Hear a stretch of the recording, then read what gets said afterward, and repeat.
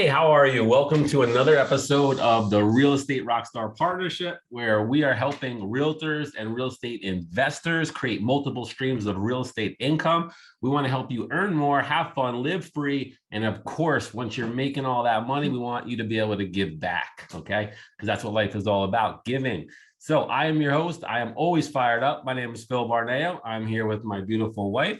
Hey, it's Heather.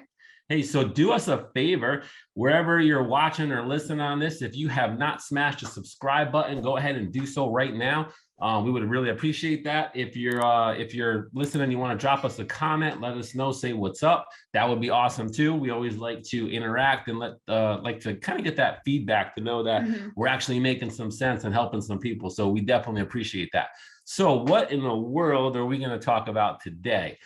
Well, today I thought it would be a good topic to cover the importance of getting a pre-approval and how to politely encourage your buyers to go the route of step number one, getting that pre-approval. That is the first hurdle in the home buying process. That's where to start. Yes. And I guess we'll kind of touch on it primarily from a buyer's perspective, but let's also touch on it from the listing perspective too here. So this is especially for real estate agents, right? So when it comes to being able to work with buyers, one of the things that come up all the time, right? When you have a buyer call, the office, the lead comes in and you're working with that person, the first thing you want to do is find out if they are pre-qualified or help them get pre-qualified. And we'll touch on a little bit of that as well about helping them and helping choose, a good pre-qualification letter. But step one is getting that pre-qual and talking to the buyer about that, which sometimes raises a little bit of a guard, right? And why do you think that is? Like, what is it about buyers? Because it's good to understand the mindset of the person that you're talking with, so that you can understand them and you can sympathize and be able to, overcome that objection, which is basically what that is, by understanding why they're feeling that way. So why would a buyer feel that way? Yeah. So I think as realtors, sometimes, not that we lack compassion whatsoever, but you are trying to close a sale, right? And in order to close that sale and see those houses, you know that they're going to need a pre-approval. So sometimes we tend to get straight to the point and ask, hey, are you pre-approved? Are you ready to start looking? But what I find is that you really need to, we do it on a daily basis, and it's just another sale, not to eliminate the importance of that, but it is just another sale for us because we do it every single day. When it's a buyer, especially a first-time home buyer, I think that they kind of go into their shell when you ask them for a pre-approval, because it's like, well, why do you want to know so much about my finances? I don't even know you yet.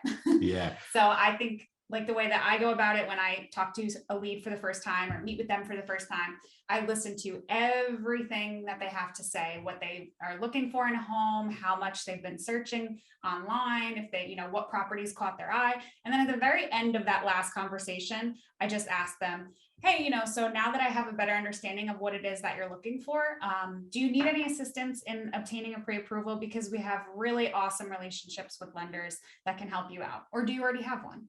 And that's a much nicer and smoother way to find out if they're really ready, or if you need to help them, talk to some lenders. Yeah. So what I'm hearing you say is, like, with us, it's kind of like if we consider it like dating, right? Like on our side, on the agent side, it's like, hey, the first thing we need to do is find out if you're pre-qual, right? Because, well, why? We don't want to waste our time working with somebody who is not in a position to be able to buy. So you obviously understand, if you treat your time as being valuable, you can't spend your time wasted with somebody who at this point in their life maybe is not able to purchase a home. So you need to guard your time. And us as agents, like, that's the first step. But on the other side, like you were saying, to the buyer, it almost seems like you're jumping to third base or something already, right?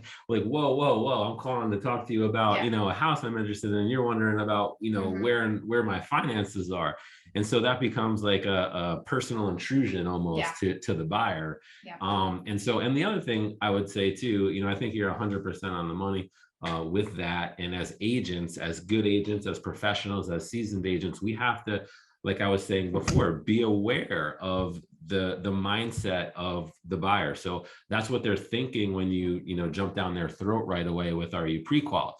And the other thing that they're probably thinking is that it is sort of when it comes to your personal finances, it can be a little bit depending on the buyer. Like it feels, like I said, intrusive. What's the other word I'm looking for? It feels like it's you know you're you're butting into their financial business right away. Right. They feel almost, it's like a pride thing, almost like, hey, are you questioning my buying My ability, ability, my yeah. ability to buy?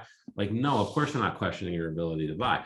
And here, what we're going to do, Heather is going to give us some awesome things to help you as agents kind of overcome that little objection, so to speak, or that just maybe that little uncomfortable hurdle when a buyer is, hesitant about giving you their pre-qualification, or even getting pre-qualified, really is what we're talking about. Yeah. Like how many times, I'm sure other people have experienced this. I've been on the phone with a lead for the first time, and I do ask that question, and sometimes you'll get, oh, don't worry, I can afford it.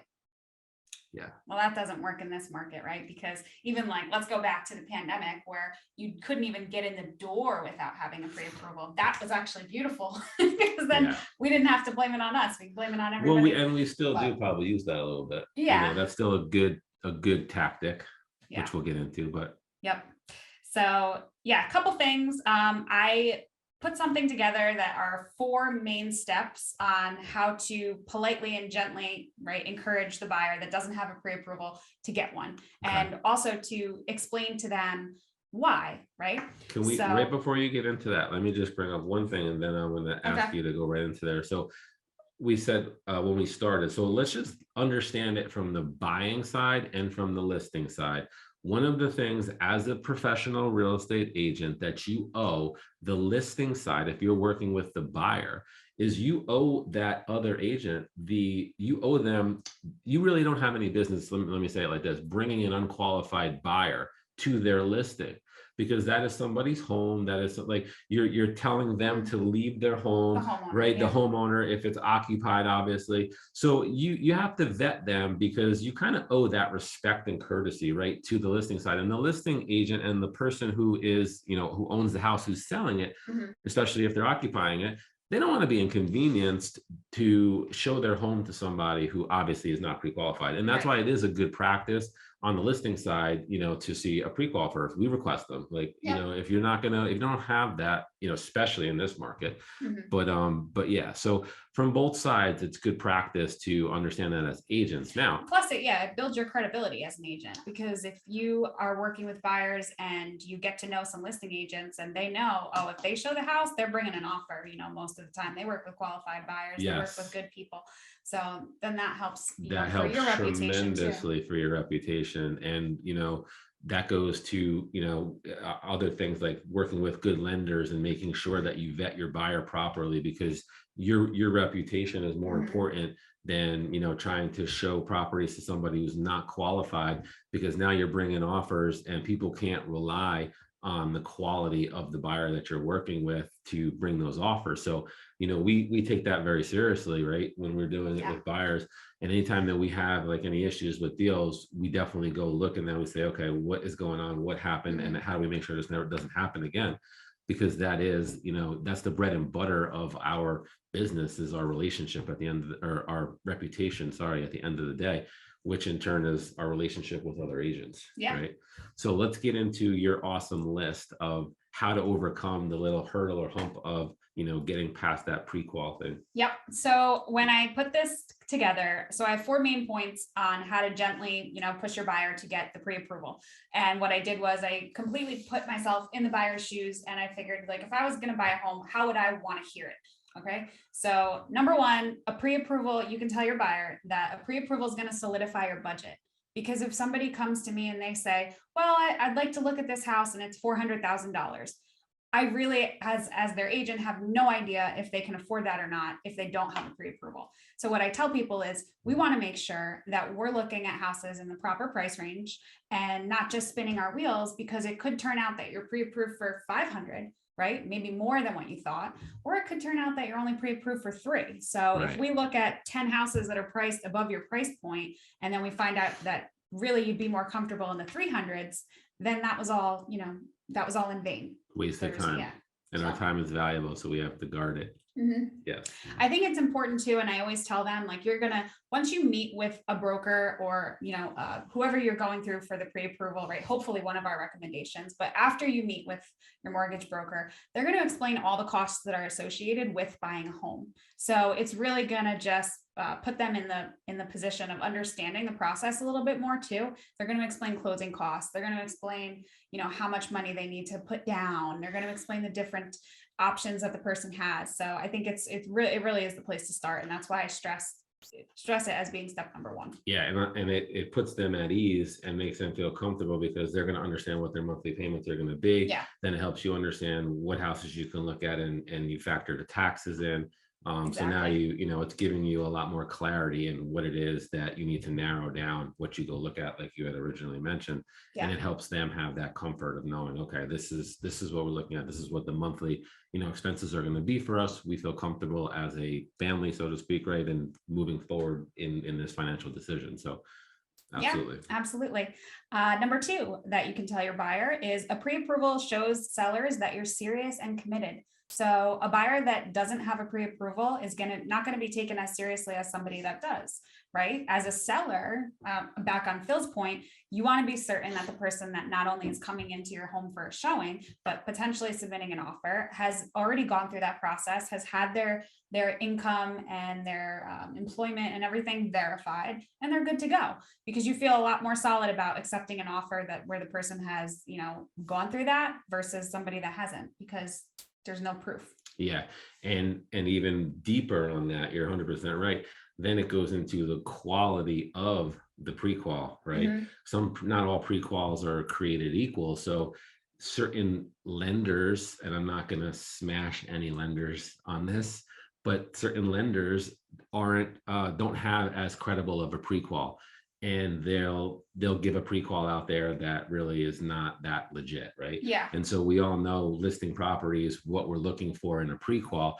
And so on that listing side, right, going back to flipping the script, when you have a solid pre-qual from a good reputable lender, that's going to help you tremendously in strengthening your offer to be able to purchase that house and be able to solidify an accepted offer. Yeah, that's something else. Like, if you have to feel out, every buyer is obviously different and they're open to receiving certain information, or maybe they're not, and you have to wait for the right time.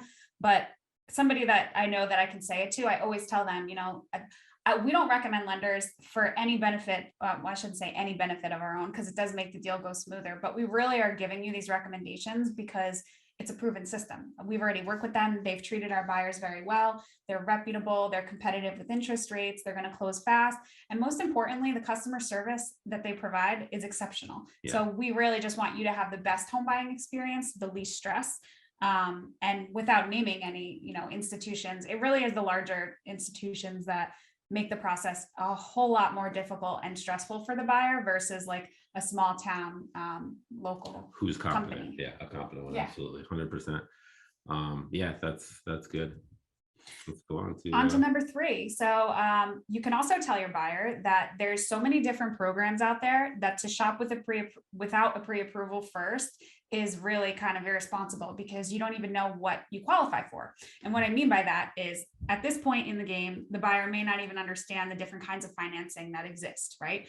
Conventional, VA, FHA, USDA. There's so many different things. And if they haven't even dove into the options, how do they know what they have, right? So you can spend all this time showing houses that need repairs to a veteran, and then come to find out they're going to go with a VA loan, and some of those repairs may not pass a VA inspection, or an FHA. So you really want to sit down, have them sit down with the lender, figure out what program is best for them. And then once you know what they are using, you can look at the right houses and construct the proper offers that are going to benefit them the most. Yeah. And even now, going back to the strength of offer, one of the easiest ways to also communicate to the buyer that it's important to get the pre-qualification done now is explaining the strength of offer and what we're Yeah. talking about. Like, hey, like, there are certain programs that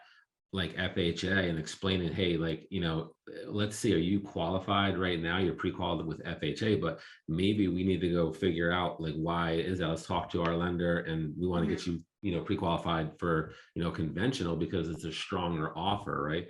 Yeah. And just like we were talking about the other one, it shows it, what was the last one we were just talking about? The Shows that you're pre-approval committed. shows that you're committed. And so at that point, you're also, it's the same thing. It's like allowing them to realize, if you want to make a strong offer, you want to show the listing agent and the seller that you're committed, and that you're so that we can help you as your agent get the accepted offer. So Yeah. And you could get really deep into it too. Like these people could be, they might qualify for assistance in their closing costs or something like that. They may be wanting to put a very low percentage down. And so we as realtors taking them out might need to have that conversation and sit down with them and say, look, we're up against other offers that have higher money down. We need to discuss how we can strengthen your offer against all these other ones, so it really does help to know every piece of the pie when it comes to their finances as best you can without being intrusive. We always suggest to like calling their lender and actually getting them on the phone, because when the buyer doesn't have to worry about relaying information, right? Because this process is new to them. So it's a lot easier if you just call their lender, say, hey, look, I'm the realtor. I want to get some information on this person. Let me know the strength of their buying power. Do they have any options? How's their credit score? Are they right on the border? Or are they really, really solid? yeah, And the more that the better you're going to be able to serve them. absolutely, 100%. I think we're gonna throw a teaser out there on one of either the next episode or one of the next episodes. We're gonna break down how to evaluate strength of offers and stuff like that. That'll be a good one. So keep tuning in to some of these episodes to learn more about that in the future. And we have one more on here that we're going to get into. And So you can also explain to the buyer, so this is number 4, that if they go home shopping, they do not have a pre-approval, you might come across the perfect home. And if you have not even started the pre-approval process, you might end up missing out on it if you want to make an offer, because you're going to be scrambling at the last minute to get your paperwork in. Depending on who you want to use, it may be a weekend, they might be open, they may not be open. So if you view a house on a Friday and you don't get your paperwork in order till Monday, well, that house might be gone. You might miss the deadline to submit the offers. Now, I'm talking about the crazy market that we're in right now. That's not always the case, but it's relevant to the current market. So I always stress that too. And I say, hey, look, we won't be scrambling at the last second to do it. You might as well just get it first. And then, you're set to go. Yeah, absolutely. And, like, hopefully, like we talked about, right, not getting into that position where you don't have it. This is another reason and another way to explain to them the importance of it. And let's talk really quick in closing here about if you don't have finance, because this is another thing that's very similar. But let's say you have a cash buyer and you need proof of funds. A lot of times that's even worse, when it comes to their, what are you trying to say? I don't have the money or something. No, it's not what I'm trying to say. But what I'm trying to say is all of these reasons, and these reasons work well with working with a cash buyer too, who's hesitant at first about displaying proof of funds. That's an invasive thing to somebody. They're like, oh, you want bank statements showing proof of funds? Sometimes that's a tough thing for somebody. Sometimes people have no problem giving it to you. They understand the process, but we're talking about the ones that don't, right? That's a situation where you have to I always put my psychologist cap on, right? And you have to, okay, how do I word this? How do I phrase this? So what I do in that situation, if I have somebody giving me resistance to show a proof of funds, right? Again, the famous, oh, don't worry, I'm good for it. Well, okay. But if we need it on paper to submit the offer, right? Or see the property, whatever the case may be, the way that I say it is I tell them, it doesn't have to be, if you like just go off of the purchase price of the property that you're interested in, and you can move money and you can just put it in a separate account. All we need to see, we don't need to see all of what you have. We just need to see the price of whatever you're offering or whatever the property is listed for. And so sometimes they receive that a little bit better because, they don't want to send over their bank account on, It really is none of our business what they have, as long as they have enough to cover what we are concerned with. And they need to understand at the end of the day, everybody who you work with, you want to respect your time and you want to respect their time. So at the end of the day, it's a matter of respect. I mean, really, like, I don't want to work with somebody who doesn't respect my time. And I would hope that, the buyer or the listing, the person who's listing the house or building, whatever, wouldn't want to work with somebody who would want to waste their time either, right? Because our time is valuable. It's the most valuable form of capital that we have. And I'm not interested in spending mine with unqualified buyers at the end of the day. And so, that's the easy way to kind of explain it. Now, you're not necessarily going to go there and say it like that. But, when it comes down to it, you can express, hey, look, everybody's time is valuable. The listing agent, the person who's selling the property, my time, your time. And we all just need to be assured that you're qualified as a buyer. And we owe it, like I said earlier, to that seller and to that listing agent to bring a vetted and qualified buyer to the property and to make sure that we have done that, Yeah, that's right. And I just last minute thought was as the buyer's agent, we mentioned it's always good to have that conversation with your buyer's lender, because the more that you understand, the better. But don't put it past a listing agent to call your buyer's lender, because if they're a good agent, they are calling around and maybe they have 3 really good offers on the table or 2 really good offers, and they may call those lenders. And so if you know more as the buyer's agent, you can not only have a detailed conversation with them and guarantee them, no, they're solid, I talked to the lender, but you won't be surprised if the listing agent calls you and says, well, they're right on the border there, so we took another offer because they had more money down or whatever the case may be. Yeah, or even just hard to get a hold of, right? And you want to, if you're working with a good lender that, obviously that they're going to receive a call and be, open and positive about the communication and making sure that they are assuring the other side that, they can get the deal done, that it's not going to be an issue. Yeah. That's always a good thing. And so, so that's another thing. There's lots of different factors. I think we hit some really good points on how to make the buyer feel comfortable disclosing either their bank account if it becomes proof of funds for a cash offer, or feel comfortable understanding that the pre-qualification process, as far as from the bank and getting that letter, is really like the first step in the process, and that they have to have that in order to go see houses for all the reasons that we kind of just mentioned. So do you have anything else in closing here that you would like to say? Just a thought when you were kind of recapping, it's also going to help them too, and I think I have it written here. I think I mentioned that actually. They'll understand all the costs that are associated with the process. I know what I was going to say. So the benefit too of them getting hooked up with a lender in the very beginning of the process, when I meet with buyers too, because chances are as a realtor, you're going to take them out several times, right? Let's just say an average of 5 different weekends before they actually find their home. Or maybe you get lucky and it's 1. Hopefully 1 or 2. But let's just say it's 5, right? If they start the process and they get to know their lender is going to tell them they're going to run their credit. They're going to, if they need to work on their credit or do anything, make any alterations and try to pay some credit cards off or raise their credit score, or, they plan on using what we call mattress money, right? Their lender is going to give them all these tips on what to do. And then 2 to 3 months when they actually end up purchasing, they're going to have enough time to get everything in order. So they're going to be a better buyer. Absolutely.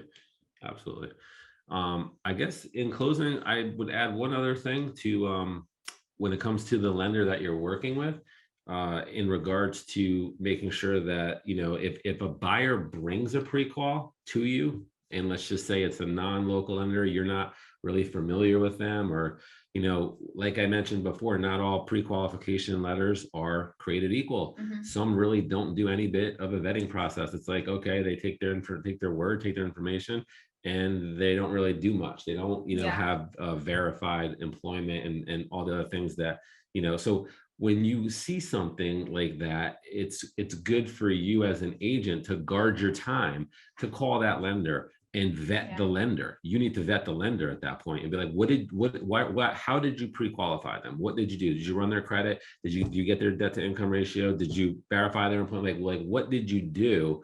Right. To, and look up their reviews. God, definitely look up their reviews. and stuff like that. So this way you're guarding your time, because if they bring you, there are some garbage pre-qualification letters out there. Let's just be real. And if a buyer comes and they're like, no, we want to work with this lender because, well, yeah, because they pre-qualified you, but it's not going to work. It's not going to go through. It's a garbage pre-qual. So you as an agent don't want to be wasting your time working with them. So you have to decide at that point, if it's worth the relationship for you.